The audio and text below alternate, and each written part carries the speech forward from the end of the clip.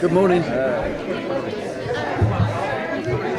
That's a taser, isn't it? It can be. So I got to see the first 5 episodes. Oh, good. It's fabulous. How did you arrive at the spirit of the show that feels like it's a traditional spy drama to me, and not like the cartoon? It's sort of the content of the show sort of came organically out of the setup. Like, he's a soldier. He can't be a soldier in civil life, so he's setting up a security firm. It's set at the beginning of what will eventually become the England of V for Vendetta.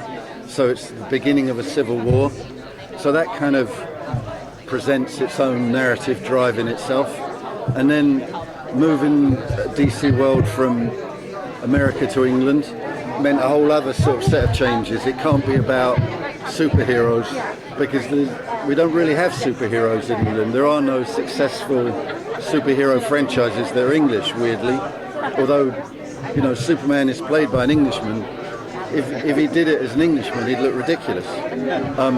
So all those sort of parameters start the thing, and then you're just trying to be creative inside that box.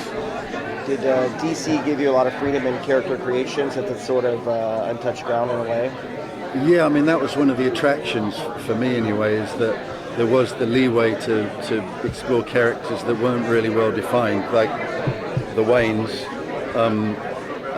As you see, if you see more than the first episodes, Martha Wayne is a much bigger character than certainly the pilot would suggest. And being able to do a family drama as opposed to a sort of kick-ass superhero drama was a big attraction for us. And specifically Alfred, he's a very he's sort of an iconic character, but no one really knows his backstory. So the chance to make him a real person and give that character a proper hero's journey, which has a lot of pathos in it, because he wants to be his own man, he wants to be a figure in his own right, and everyone knows where he ends up. That's one of those challenges with all the DC mythology, is you're telling a story that people know the end of. So how do you create movement and interest in that? You have to create an origin story that deepens and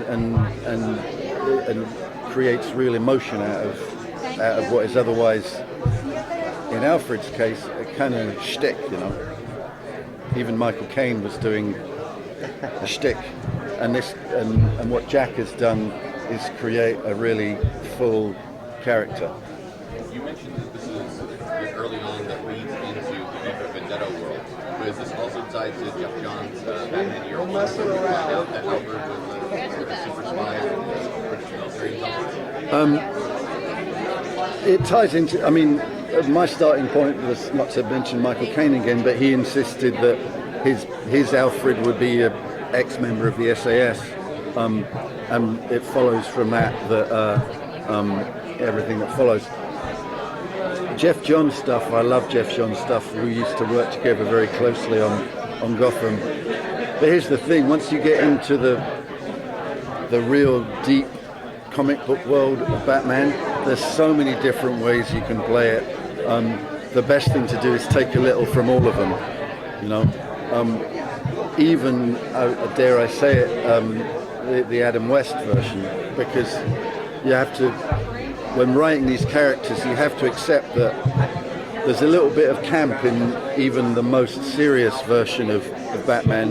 There's a little bit of camp in it, so you can't take it too seriously. And you have to, the beautiful thing about real myths is that there's 100 different versions. There's 100 different versions of, the Greek myths.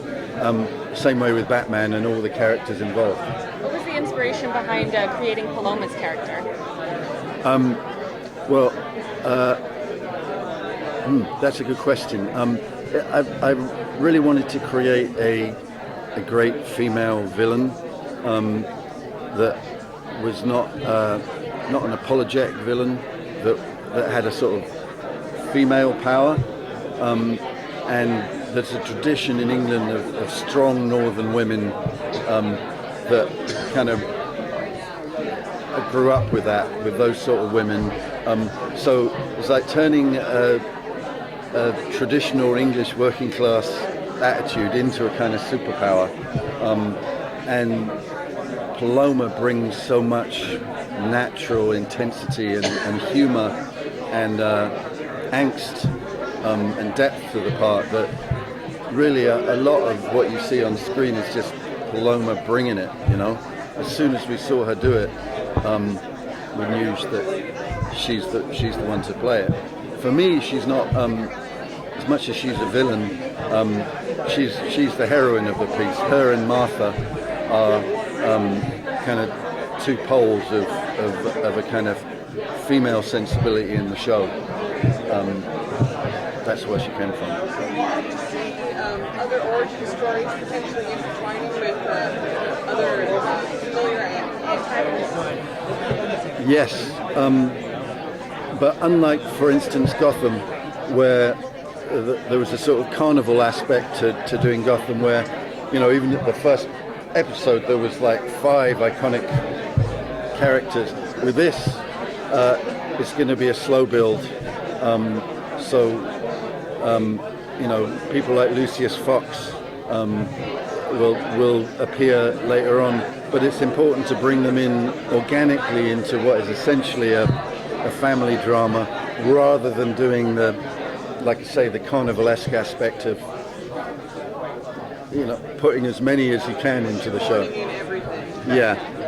So there will be those Easter eggs, although I never know why they're called Easter eggs, because Easter eggs are like horrible chocolate with a cheap plastic toy inside that you're always disappointed in.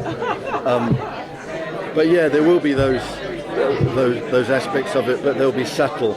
And to me, the best Easter eggs, if you're going to have an Easter egg, they should be Easter eggs that only the people who care about those Easter eggs notice. And then it's inside information, as opposed to, all right, here's the Riddler's dad and he's wearing a question mark. Not the... Sorry, I'm Hey. an employee to the next one. Thank you very much. Lovely to talk to you all. Thank you so much. Thank you.